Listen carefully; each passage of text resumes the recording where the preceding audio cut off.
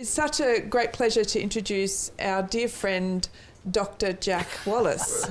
Jack's PhD was conferred this week, so it's brand new and shiny, and a wonderful achievement and recognition of his huge impact across the viral hepatitis and in particular the hepatitis B fields in the last couple of years.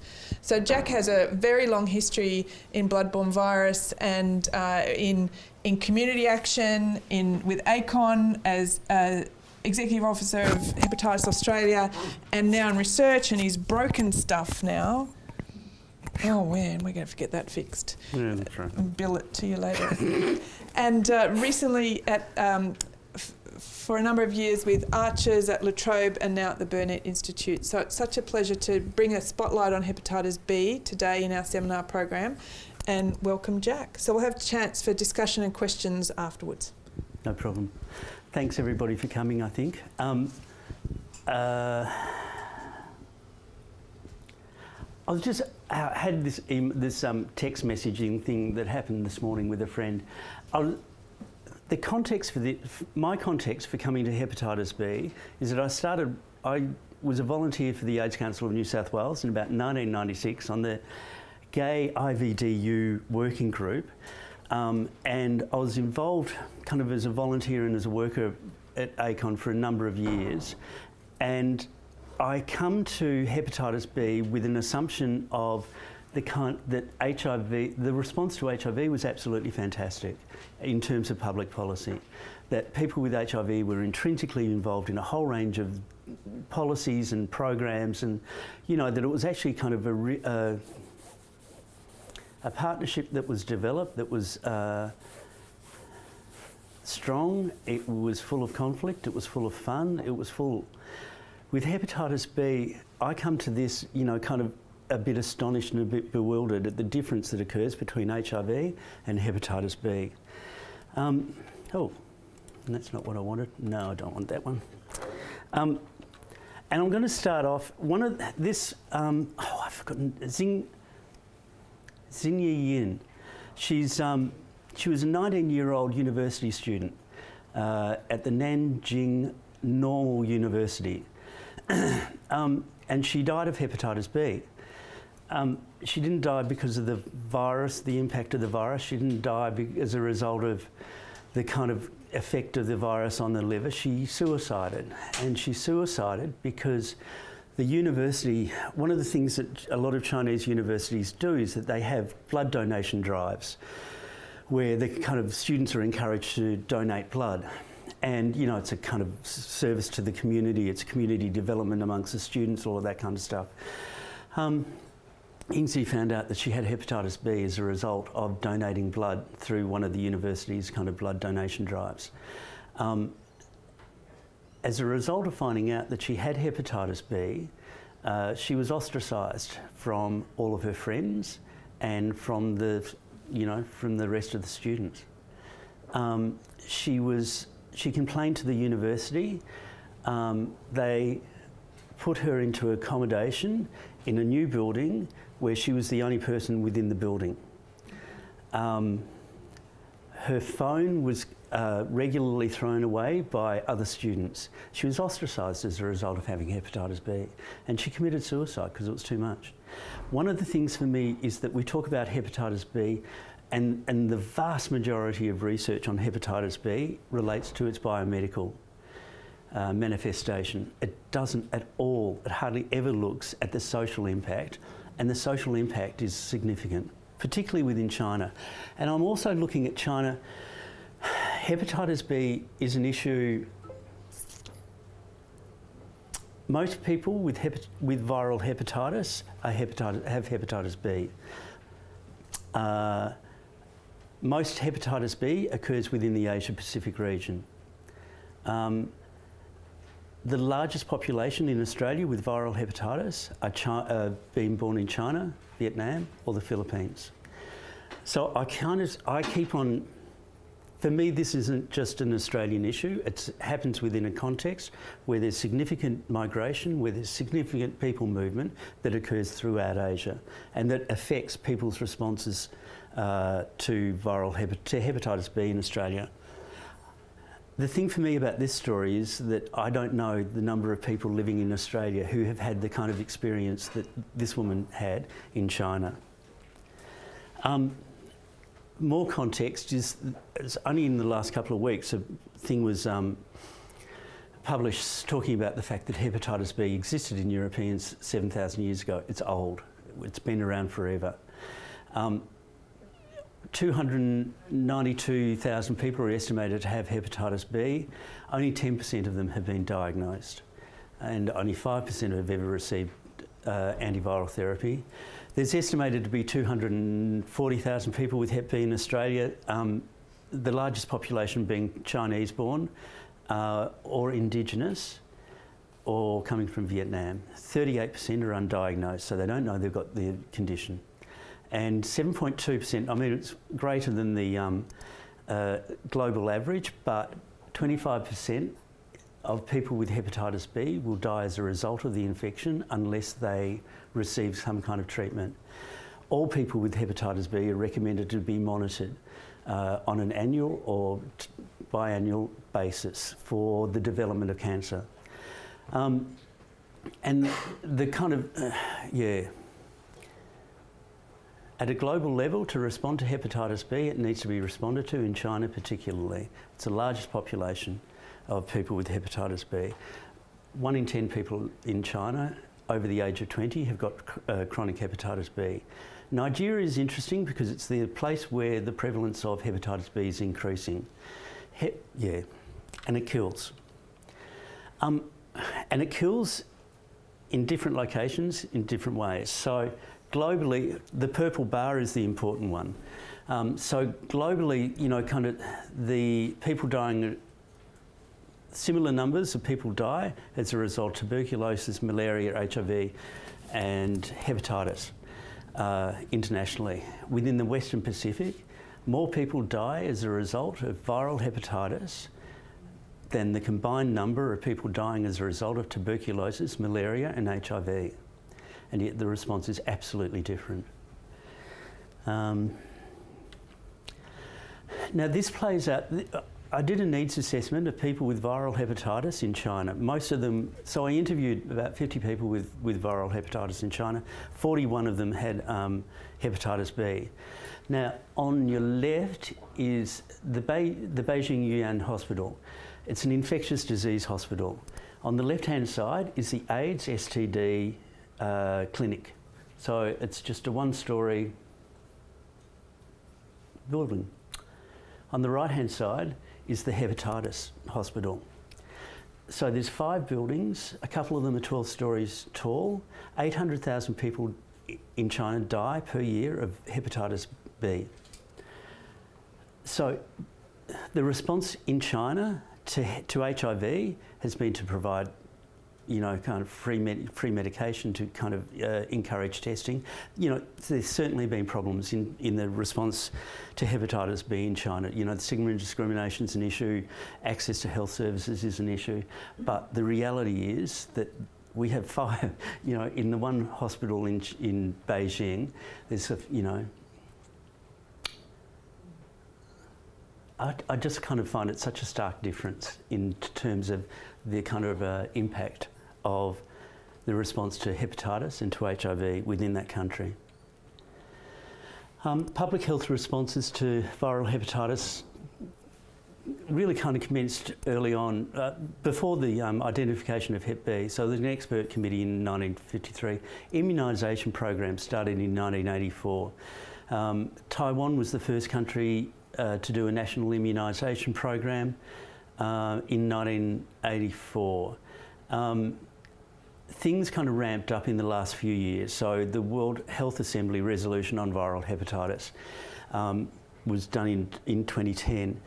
One of the things about that is that the Global Burden of Disease study is an annual report of the burden of disease. Now, until 2010,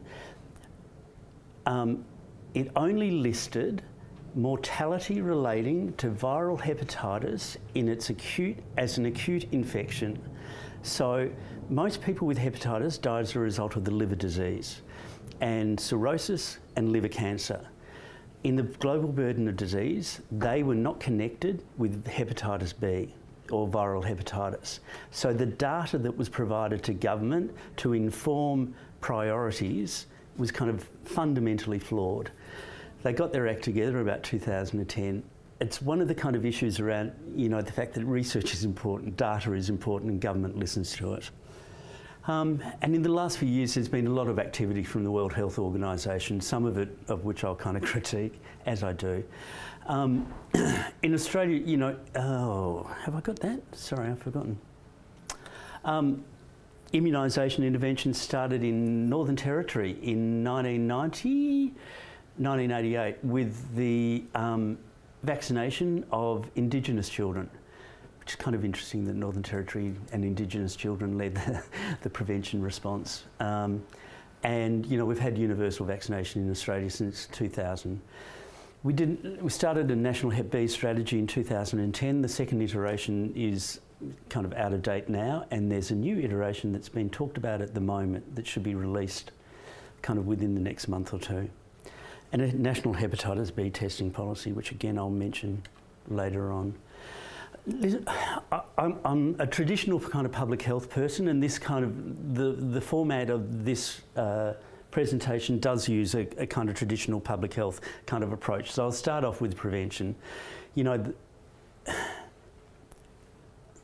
and it's one of the kind of significant differences that occurs with HIV, hepatitis C, and with hepatitis B, is that there's a vaccination program. Vaccination is effective, it works. It's relatively cheap. It's certainly cheaper than dealing with a chronic infection. China has been an absolute miracle in terms of the implementation of the vaccination program. The vaccination program was introduced in 1992 in China, but there were kind of, the limits were that people had to pay for the vaccination, or then they had to, then that was knocked off, but then people had to pay for the administration of the vaccination. In 1995, they ended up getting their shit together, sorry for my colloquialism, and where all children born in China are vaccinated. And the kind of impact has been huge. And with, you know, 24 and 30 million people, infections prevented, and 4.3 million deaths prevented as a result. So, you know, vaccination, when it's done and it's done well, it works really well. But it also, you know, with the prevalence, you know, as I mentioned before, in China, the prevalence of hepatitis B for people over the age of 20 is still, you know, kind of 10%. 1 in 10 people in China have hepatitis B. Now, one of the stories for me about hepatitis B is that there's a gulf between the public health and the kind of biomedical response and the lived experience of hepatitis B. I did the needs assessment of people with chronic hepatitis in China. After a few interviews, I don't know, there was one interview when I asked, you know, how do you think you got infected? And they said something kind of like, you know, it wasn't from blood, it wasn't from the mother to child, it was something completely different. And I was like, oh, I wonder what this is about. So I started to ask after that interview about, so how do you think you got infected? And hepatitis B is transmitted. Chronic hepatitis B is more effectively transmitted from mother to child at birth. When there's a vaccination program implemented, hepatitis B, you know, we will eradicate hepatitis B eventually as a result of the vaccination program. In the meantime, we have a whole range of people that are infected now. But the main way of transmission is from mother to child. It is not possible, you know, you can't say it's not possible. It is possible to transmit hepatitis B airborne, but the extraordinary, it's, you know, within blood, it's within sexual fluids, it's, you know, unless you kind of get that into an open vein, it's going to be pretty hard to get infected. Yeah, and I was just kind of, the person who said it was airborne was this really articulate, well-educated, knew all about hepatitis B, but there was still this kind of question in his mind about that his mother had told him that it was airborne. And it was just this kind of, it's just one of the kind of examples of a gulf between, you know, the biomedical explanation and the kind of people's lived experience.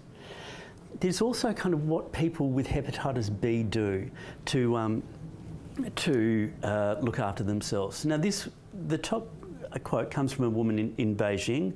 She volunteered for an NGO around hepatitis B. Again, she was really well educated about the biomedical manifestation. She knew, all of the kind of peer-reviewed kind of research around hepatitis B. But she still thought that she needed to kind of microwave her, bowl and chopsticks. The second quote came from a GP that I interviewed in Melbourne. And she was Chinese, Hong Kong-born, not that there's any difference, general practitioner in Melbourne. And, we were talking about hepatitis B, and I was asking her what a response to hepatitis B or something. And she came out with this quote, and I was like, you do know that it's transmitted from mother to child. And she was saying, yeah, but we can't tell people anything. Like, you can't tell the only thing that you can tell people with hepatitis B is to go and get monitored.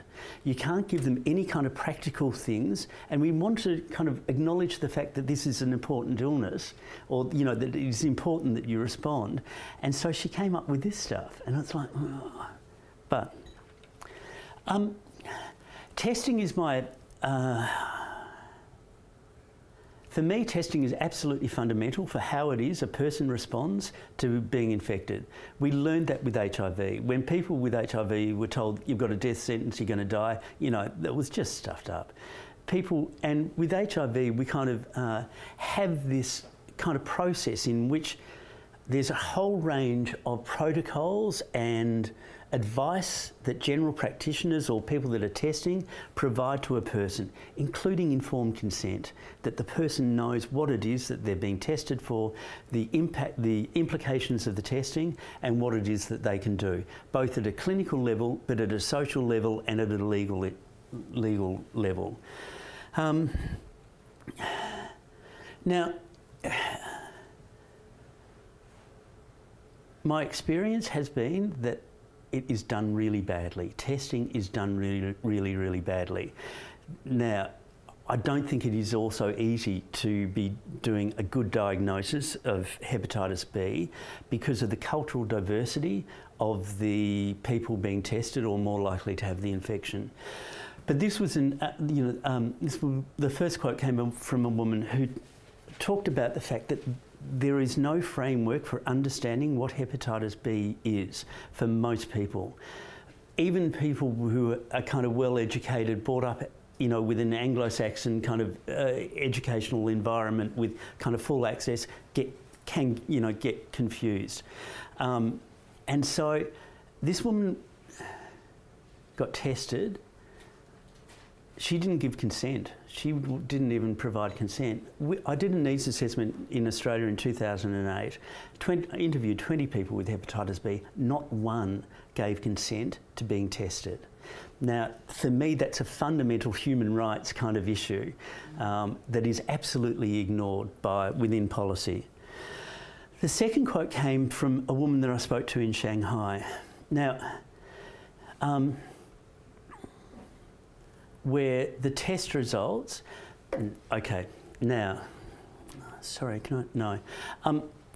people in China, it is assumed within public policy that people are tested for hepatitis B within healthcare services. The reality in China was that I interviewed 41 people in China who had hepatitis B. 8 of them were tested within a health service. The rest of them were tested within an educational setting, primary school, kindergarten, secondary school, university, or in workplaces. There is no, because those places do not have the kind of confidentiality, the need for referral, all of those things that we assume occur within health services do not occur within within educational or workplace settings. And so people are being tested routinely, and the teacher is asked to provide the response. And, it just becomes normal. It just becomes a normal thing. And then, you know, the last quote from that man in Guangzhou, 9 years old, people are being diagnosed, and he was 9 years old when he found out he had hepatitis B. How do you give information to a person who's 9 years old about an infection that needs to be monitored for the rest of your life? And, you know, it's just insane. The other kind of thing around testing, and I'm not going to read this out, and my eyes roll at about the second line. So we interviewed general practitioners and other people who diagnose people with hepatitis B. This was a man in general practitioner, and one of the questions we asked was, how do you provide the diagnosis of hepatitis B to a patient? And this is what he told us. Now this, I must admit, you know, this is an outlier, but I don't think it's necessarily, you know, kind of all that unique either. Some people responded absolutely beautifully and kind of, you know, you bring them along on a journey and, you know, that kind of palaver. I understand maybe 50% of the words in this. I'm a well-educated, white Anglo-Saxon male, you know, this is my language. I don't know, I don't get it. I get irate about this. Another thing about testing is that hepatitis B is seen by infectious disease clinicians as a viral infection. It's seen as by gastroenterologists as a liver disease. For people with hepatitis B, it's an intergenerational chronic infection. It has been embedded within their families for generations. It's transmitted from mother to child. So this man, this was, you know, everyone in this photo has hepatitis B or has died of hepatitis B. And it was kind of, I was really struck by this because I hadn't expected it, but the impact of what hepatitis B has within families is huge. It's really significant. And it is, you know, it's not a happy story. You know, it's a story of kind of death, of illness, of, yeah, and I'll get to the kind of social implications later. And, you know, for the second quote, it was that this lovely man in Guangzhou got his daughter tested and was diagnosed with Hep B. He found out he had Hep B. His wife found out he had Hep B. He was from a rural centre. He gave up his job and moved his wife and child to a city where he could get access to treatments. He lost his career, he lost his connections to his family. There was, you know, it's not, you know, we kind of think of a diagnosis, testing as hepatitis B as happening to an individual. It doesn't happen to individuals, it happens to a whole family. And within kind of within some countries, it has a huge impact. This was the thing I was talking about, with the people told by parents that they had hepatitis B. Blood donation, 13 of the 41 was through a school. Yeah. The other thing is that I've done hepatitis B social research is really underdone. So with and there's so much we don't know, both in Australia and around and within the Asia Pacific region particularly. Employment, people in the Philippines, there's a 16.7% prevalence of hepatitis B in the Philippines. That's a huge problem. People get tested by employment agencies when they're seeking work in United Arab Emirates. They get tested by an employment agency, and then they find out that they have hepatitis B, and then they're rejected. That's all that happens. They've lost their future. They've lost their, you know, the potential for earning money in a country where kind of that's pretty important, and they've also been diagnosed with a disease that they probably can't respond to effectively. Yeah, it's kind of a huge problem. And in Australia, the kind of issues around kind of visas, that's getting muckier and muckier as time goes on. And I don't know how much of blame I need to wear about that. One of the things with, you know, hepatitis B is that it was really under-researched. You know, 10 years ago, it wasn't an issue. It wasn't an issue for public policy, except for vaccination and except for the access to treatment. Making it a public health issue has risen visibility and may have stuffed people. So, yeah.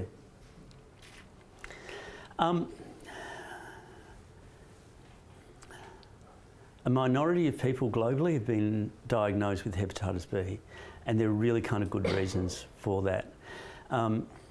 The World Hepatitis Alliance are doing a Missing Millions campaign, which they're attempting to diagnose. It's a testing campaign, and I'm arguing against it on a range of levels. One, it's pivotal that people get tested. They need to get tested, but they need to get tested in a way that is of use for them. It needs to be a human rights issue. It needs to be a benefit to the person being tested. I went to a World Health Organization meeting when they were talking about the testing policy, and I did say that. It's like, they were talking about, just crap. And then I said, well, the testing needs to be a benefit to a person being tested. And the jaws dropped. It was like, where have you people, this is my thing around kind of coming from an HIV, kind of assumptions around HIV, and, kind of all of these kind of policy people saying, why don't hepatitis B learn from HIV? It's like, we're telling you, just not listening. One of the things with the Missing Millions campaign is that you are not going to get people tested in this region unless the testing is free and it's confidential. In Indonesia, it costs money to get tested. You are not going to get tested for an asymptomatic illness that you do not want to have. You're not going to pay for that. There's no way. It's just counterproductive. There's a poor response to antenatal testing. Antenatal testing is kind of recommended to occur around the world. The reality is that the child gets, the response to the child, to the newborn, is absolutely fantastic. The response to the mother is crap. So quite often they're not directed to, to be able to monitor their infection. Then, I don't know how many women have had children here, but the reality is that you don't get told what it is. Quite often you're not informed about what the test results have been, let alone anything else. And the thing for me about hepatitis B is that and I was talking about it before, as soon as you mention hepatitis B, you're framing it within a biomedical framework. You're naming it as a disease. Within China particularly, hepatitis B has occurred for generations. It may not be known as hepatitis B, but people are dying as a result of something. So again, it's an intergenerational chronic condition, but it's And so we don't really know how it is that people respond to hepatitis B, not as a hepatitis B issue, but as an issue that they see occurring within their families. And it's, how does a person make sense of HIV? When I was diagnosed with Hep C, I kind of had a story about, I knew how I got infected, I knew what could happen, it's a bit unclear, it was it was early on but I had a story to tell myself. People with hepatitis B aren't provided with the kind of fundamentals about how to tell themselves what it is that they've got. Testing policies aren't very good. The global one, something like a 240-page document, which, may be a little inaccessible to most people. The focus is on the infrastructure. It's been written by the WHO, with a whole range of kind of stakeholders, but the stakeholders are mainly in the Northern Hemisphere. The Northern Hemisphere, the viral hepatitis that is of concern to them is hepatitis C. It's not hepatitis B. In the priorities for testing, it starts off for viral hepatitis. It starts off with people who inject drugs. The 12th priority is mothers with hepatitis B. It's like, no, focus. And on page 204, there's 4 pages of kind of how viral hepatitis, how you respond to a person with hepatitis. The rest of it's infrastructure. I don't understand most of it. In Australia, we interviewed 20 people last year or the year before who were diagnosing people with hepatitis B. Not one mentioned the National Hepatitis B strategy. It wasn't on their mind at all. Clinical management. It's an incurable infection. You need to long-term monitoring is important. Antivirals can be provided. And it's always through not always, but it's generally through specialist services. The long-term, One of the things that occurs in global policy and with the advocacy stuff is that people talk about treatment. And people talk about treatment because most of the people involved in the development of policy are clinical specialists. And treatment is their focus. They love, you know, that's where the money is, that's where their kind of passion is. The reality is that 25% of people with hepatitis B will need treatment. The vast majority of them will need to be monitored to look out for liver cancer. From a person with hepatitis B perspective, long-term monitoring is the issue, not treatment.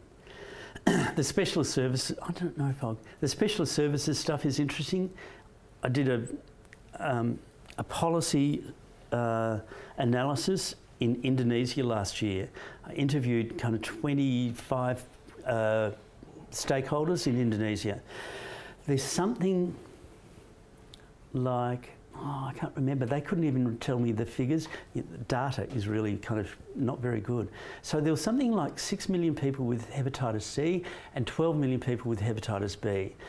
In Indonesia, you know, across 165 islands, there's 165 specialists, and hepatitis B treatment's only available through the 165 specialists. If they were going to try and monitor each of those people, it would be a nightmare. One of the things is that people with hepatitis B don't necessarily know that what they need to do, and you know, with the first quote, it doesn't. This is what the woman understood. They may have been diagnosed absolutely perfectly. They may have been given really, really good information, but this is what she understood. And I was kind of thinking, you know, in that quote from the general practitioner about that level of information, you know, we don't know. But people are coming to it from a framework that they understand, and which is the stuff about being yellow is really important. If you're yellow with hepatitis B, you're not going to be living for too much longer. Hepatitis B is asymptomatic until the start of kind of liver cancer, cirrhosis liver cancer. By that stage, it's getting too late. One of the clinicians that I spoke to in Indonesia, he was a palliative care, like he was doing end-of-life stuff. He was a gastroenterologist, but the patients that he saw were really, really sick, and he was actually kind of just, doing palliative care. And there's still confusion. Even, you know, I'm not sure what the prevalence is within Vietnam, but it'll be more than 5% of people have hepatitis B. You know, these people are born in countries where hepatitis B has been part of the, you know, their experience, but it's not playing out in their responses. One of the things about monitoring is that it's really challenging for people to do monitoring. And I interviewed a person last week with hepatitis B. She was 28 years old. She found out she had hepatitis B when she was 18 years old. She had been regularly, every 6 months, she would trot off to the clinic. And she would talk about the fact that she would go to the clinic, she'd have to take half a day or a day off work to go to the clinic. She'd be waiting in the waiting room for an hour or two. She would see the doctor for 5 minutes, who would say, "No, it's fine." And then she'd leave. And it's like, that is not a good use of her time. And I said, "How long are you going to maintain that for?" And she just, you know, she wasn't interested anymore. The other thing is that for people from non-English speaking backgrounds, the Western medicine presents itself as being, you know, the cure of all, and the, you know, kind of, they can do things.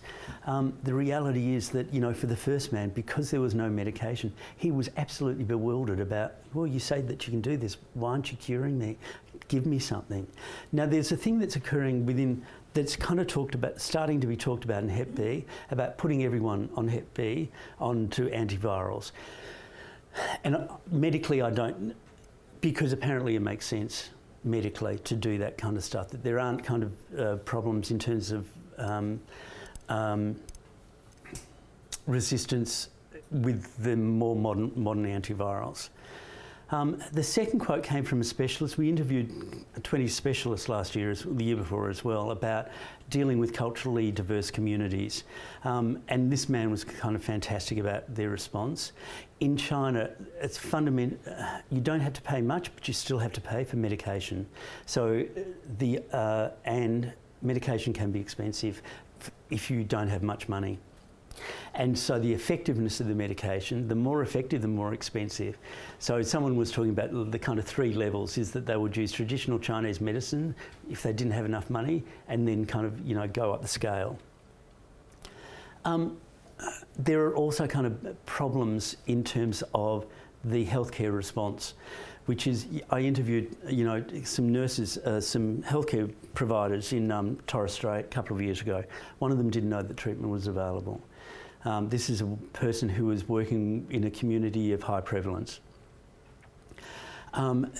For people with HIV and hepatitis B who are co-infected, it is easier for them to get medication because of HIV. So there's a medication for HIV that cures that deals with hepatitis B.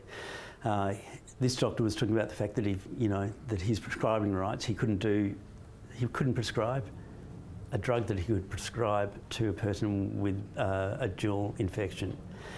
And listen, the last quote, or the last thing, comes from a report that was done a couple of years ago. And the thing that and I'll get onto stigma and discrimination soon, but the kind of level of understanding of general practitioners about hepatitis B is kind of significant. The other thing that kind of raised for me in the findings of this study was that 54% agreed there was a stigma attached. So they were talking about viral hepatitis, and then they were talking about stigma related to Hep B or Hep C. Now, the difference in stigma is completely different. You know, it's a completely different issue for different communities. But it was kind of like the level of kind of understanding of the general practitioner around, and the researchers around, you know, those kind of nuances. Clinical, it's an asymptomatic incurable infection. There's often limited awareness that treatment is available. We did a survey of 94 patients of specialist services in Melbourne and Sydney. 48% of those people, those patients of specialist services, did not know that hepatitis B treatment was available. So these people that are going to specialists didn't know treatment was available. It's kind of, yeah. And I'll get on to the clinical models. This is natural history as described by Western medicine. Now, I look at this on a regular basis and have looked at it at a regular basis for the last 5 or 6 years, and I'm still bewildered. Hepatitis B within Western medicine is talked about in 4 phases. That's as far as you're going to get. Oh no, I can do tolerance, clearance and control and escape. It can make sense, and I have heard someone describing it several times and it made sense, but it doesn't stick in my brain. I find it really difficult to understand how it is that I should be understanding hepatitis B. There's another way of looking at it that is talked about by people with hepatitis B. The big 3, little 3 is well known within China, and people in China would talk about on a regular basis having big 3 or little 3. Big 3 being bad, little 3 being good. And other dichotomies like sleeping awake, peaceful fighting. They talk about it in ways that make sense for them. This Afghani man, you know, again, the kind of levels of hepatitis being A better, C worse. There's also a thing that occurs within people in Australia around people with hepatitis B in Australia. People do use herbal medicines. They use traditional Chinese medicines. They use medicines that they understand that have come from their family knowledge. Artichoke tea in Vietnam is really good for the liver apparently, and people use it. But they don't necessarily tell their clinicians that, or if they do, they quite often get shamed very quickly. And like maybe half of the people with Hep B that I spoke to in China talked about having family medicine or a secret recipe, family recipes for hepatitis B. And that, you know, several of them talked about kind of taking a year off university or a year off school, going back to their families who are quite often in other areas of the country and getting that kind of family medicine. I quite often asked what was in the medicine. Nobody could tell me. One man talked to me and said that baijiu, which is a rice wine, very, very strong, like 45% alcohol, he had been told to use that as a medication for hepatitis B. Thankfully, he didn't. it's a complex infection. Like virologically, it's a complex infection. There's a varying cultural biomedicine, and the cultural understandings are completely separate. They do not communicate with each other terribly well, except for the big three, small three thing that happens in China.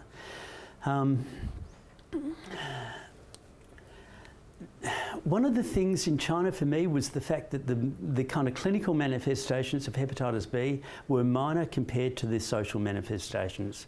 So, and the social manifestations affected every area of their life, from intimate relationships to work, and the fact that they internalised this kind of stigma.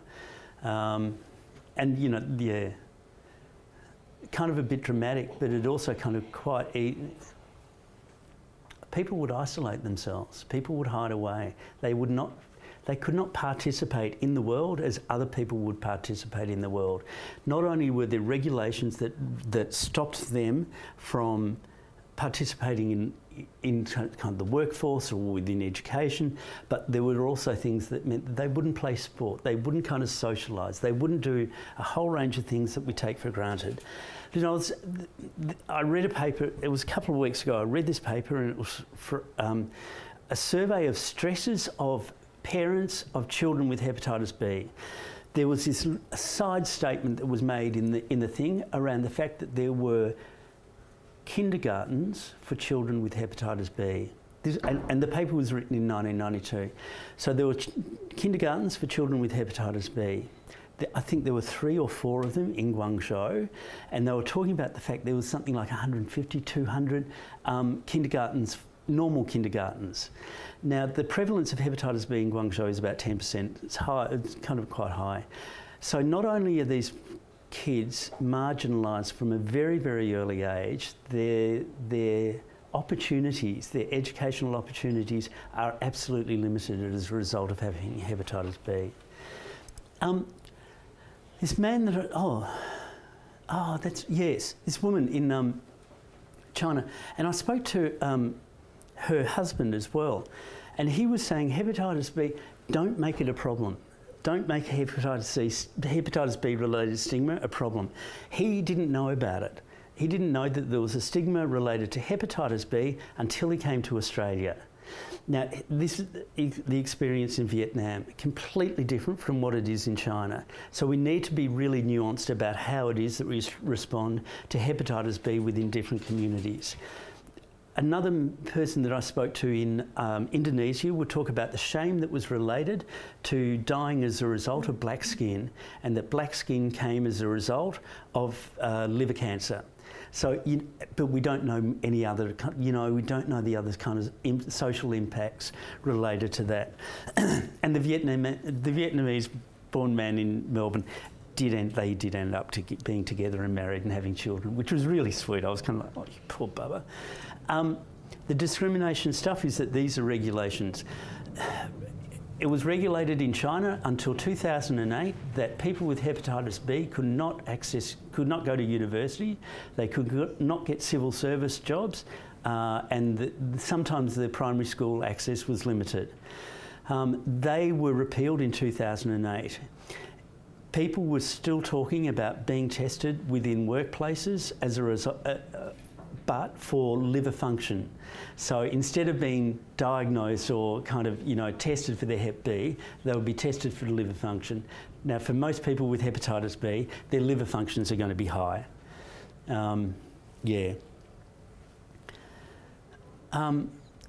There's different experiences in different countries and within countries. We talk about China. China's, 1.6 billion people. There are differences that occur within different provinces, I would assume. I don't know that. The sources of stigma and discrimination are different in different countries. There's no discussion at a policy level within the global strategy or within the Australian strategy of cross-border impact of hepatitis B, or of the impact of being diagnosed in an overseas country where hepatitis B is stigmatised and then coming back to Australia. Now, the World Hepatitis Summit, there's been 2 World Hepatitis Summits. This was the one in 2015 in Glasgow. The woman on the left is Jazzy DeLister, English Rose, infected with hepatitis C when she was 2 or 3 or something, or like really early, had this hideous story of being treated with interferon for a long time, and it was absolutely horrible. She also talked about stigma and discrimination and marginalisation from school and, as a result of having hepatitis. Dee Lee works at a non-government organisation in Guangzhou. He has hepatitis B.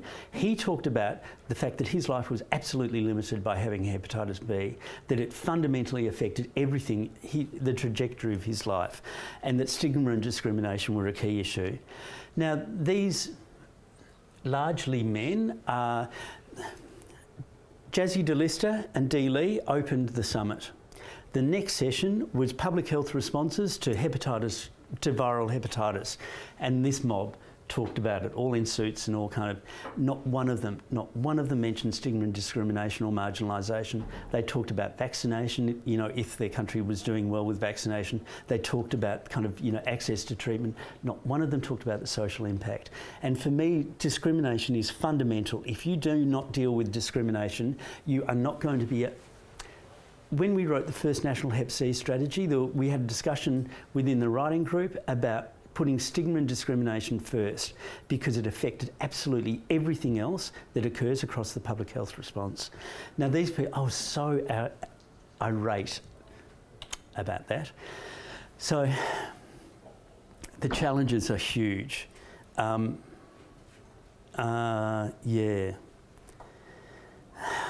And I won't go through all of them because I don't have enough time. And listen, one of the fundamental things about hepatitis B is it's also asymptomatic.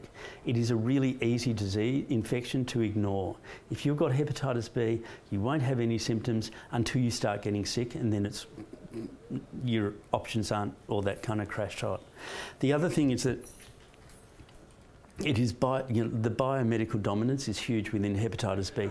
They're far stronger than what occurs with HIV or hepatitis C. For clinicians, hepatitis B is a virus affecting the liver or a liver disease. For a person with Hep B, there's a gulf between understandings and responses. And listen, for me, Grace Sattler, who was a policy officer in New South Wales Health, talked about, hepatitis C, talked to me about hepatitis C being the revealer of drug use. That HIV society had to have a discussion about sex. We had to talk about sex because, that was the main transmission route, and it was confronting and it was hard and it was messy. With hepatitis C, it reveals drug use within the community. With hepatitis B, and I wimped out on this, and there's a couple of things I wimped out. I was at a conference a couple of years ago, and this Somalian-born Muslim woman came up to me afterwards and said, "Do you think that the national response to hepatitis B is racist?" And me, being a white Anglo-Saxon male, kind of got, "Oh, I don't think so." And it's like, she's absolutely true. It's fundamentally racist. If white men were dying as a result of the number of people with liver cancer, it would be an absolutely different response. But because these communities aren't, I think it is fundamentally racist, what it is that occurs. Listen, and the other thing, in my quotes, I've kind of done, when I was writing them up, and it was fine with the 30-year-old Vietnamese-born women. I put the Vietnamese-born women as I didn't know whether to highlight the fact that she was Vietnamese-born or, where they were from, because I didn't want to be racist. But when I kind of didn't put it in, it looked like, they're all to me, it looked like, they're all Anglo-Saxons. So, it was a really interesting internal thing that that I'm still have to process. And that's the thing for me about hepatitis B. I find it really interesting, challenging and really interesting. And that you need to be honest about, all of, your experience with it. I'm involved in these are the kind of projects that are occurring at the moment. Arches, I was working in Arches till the end of last year doing social research. There's no one really doing much social research around hepatitis B, so if you're interested, there's a market there, although there's no money. So that's a bit of a problem. And these are kind of some of the people that I've worked with over the last few years that have made any of this kind of possible. and including Marion Pitts, who made me do the PhD. I didn't want to, but she made me. So thank you. Sorry for taking so long. Great.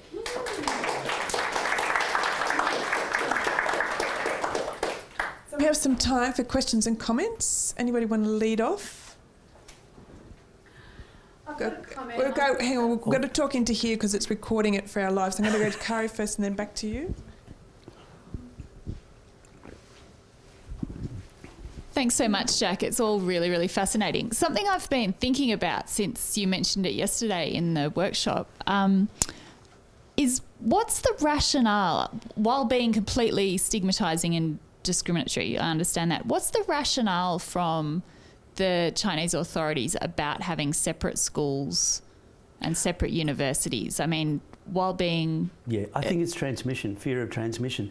The other thing that I didn't mention, but there was a hepatitis... This comes from the what's it called? The Beijing... Yingrinping organisation, which is a law... a civil rights law organisation in China. They talked about the fact that there was that the regulations that occur in China resulted from a hepatitis A epidemic in Shanghai in 1988, where there was something like 400,000 people that were infected with hepatitis A, and that 40 people died as a result of hepatitis A, and that there was this kind of like, it became hepatitis that was the problem.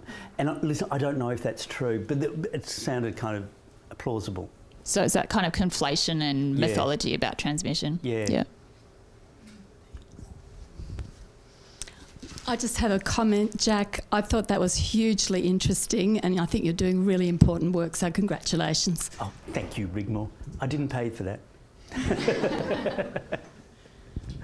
Hi, Jack. I'm Stuart Loveday from Hepatitis New South Wales. Really? Surprise, surprise.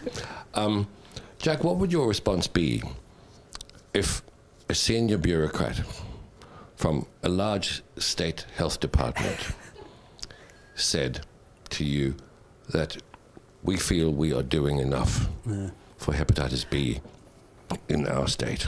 You know, for me, that's kind of one of the fundamental racist things that occurs. And when I was interviewing people for the needs assessment, I got that from I got something very similar to that from a person that I admired greatly within a government organisation, who said, yeah, we're doing everything that we need to do. And what they were doing was talking about the vaccination campaign.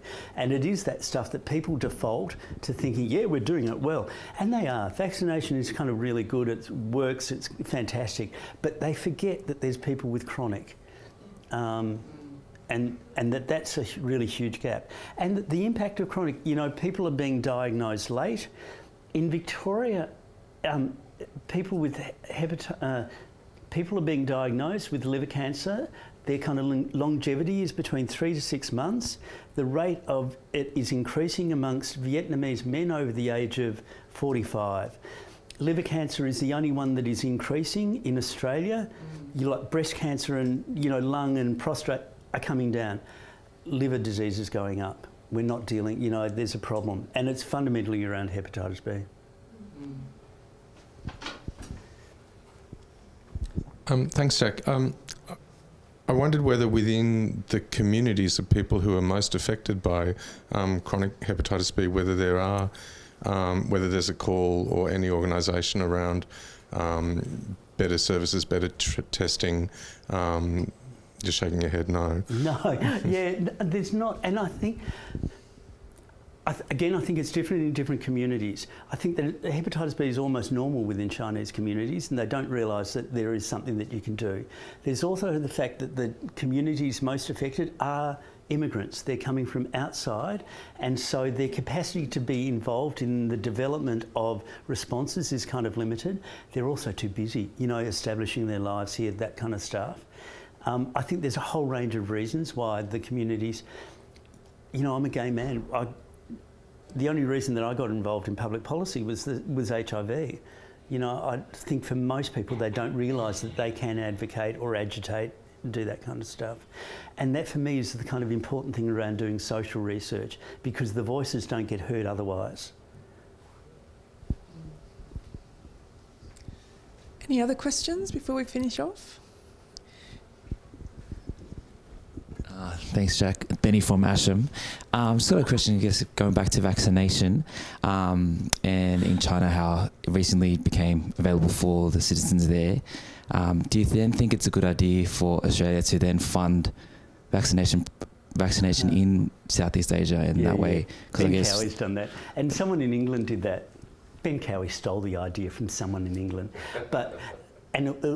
In the UK, they did a cost analysis and they found that it was cheaper for them to fund the vaccination program in Bangladesh than it was to fund it in England. And in Australia, Ben did the same calculations, I think, with people with Vietnam, so that it was cheaper, it was cost effective to vaccinate in Vietnam because of the number of immigrants that were coming out. So yeah, there's a really good reason for us to do that. It's fantastic. But sadly, under the current regime, I don't think it'll happen. So we've just got a minute or two before we invite you to join us for some refreshments, though some have started early. Stuart? Finger pointing. Not here, just over there. So I wanted to ask you to reflect on your title about square peg and round hole. Low-hanging fruit or most impact, what would be where you would square off these ill-fitting responses? Testing. I'd kind of get testing that actually relates to the person, that actually relates to the individual experience, because the testing is, for me, testing informs everything else that a person does. If you can get the testing right, then I think you've kind of got half a chance of going somewhere useful. And the testing is the square, like it's made for clinicians, it's made for public health experts, it's not made for the person. Well, that's a very powerful statement to end on. So please join me in thanking Jack for a fantastic session. Thank you.